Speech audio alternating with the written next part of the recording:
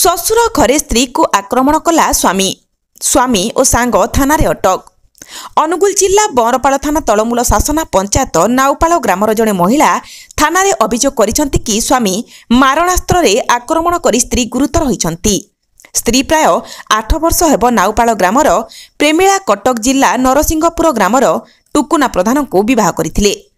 1 ବର୍ଷ ହେବ ମହିଳାଙ୍କୁ ତାଙ୍କ ସ୍ୱାମୀ ଯୌତୁକ ଜନିତ ନିର୍ଯାତନା ଦେବାରୁ ମହିଳା ଜଣକ ବାପ ଘରେ ଆସି ରହୁଥିଲେ।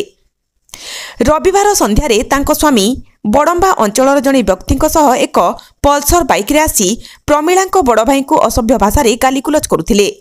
ଏଣୁ ମହିଳା ଓ ତାଙ୍କ ଭାଇ ବିରୋଧ କରିବାରୁ ଭାଇ ଭଉଣୀ 2 ଜଣଙ୍କୁ ମହିଳାଙ୍କ ସ୍ୱାମୀ ମାଡ଼ ମାରିଥିବା ଅଭିଯୋଗ କରିଛନ୍ତି।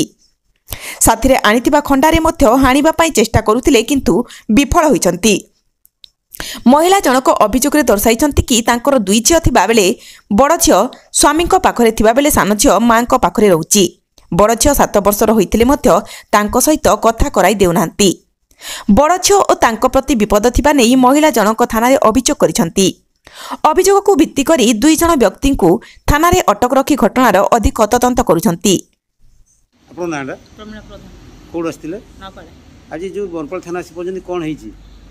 स्वामी मत सब बाहागर है 8 वर्ष है 8 वर्ष जाक मो स्वामी मत टर्चर कर वर्ष है मत टर्चर करके मारपिट करके तोड़ी देती मो वर्ष आसी मो बाप घरे रोची नापाड़े आज संध्या 7टार आसिकी मो बड़ भाई उपर खंडा धरिक आटाक करते मु कहबारू मो भाई की मत 2 जन जाक बाड़े मत बाड़े जो खंडारे पछपटे बाड़े मो हाथ मोड़ी देती एवं मो हाथ फुली जाइए मो कहबारू मत मो भाई की 2 जन को पिटिला मो छोट झील को भी पिटिंट आउ कहते जे जदि केस जदि करू ते तोते तो भाई की बाड़े मारदेवी आ तुम घर बम पकईकी बम उड़ेदेवी ना गैस टाँकी पकईकी आ निआ लगेदेवी।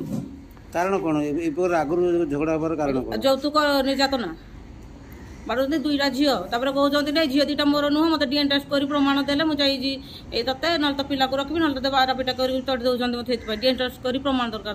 कौन चाहूँ तुम्हें मुझे से लोक पाखे मुझे रही चाहूनी।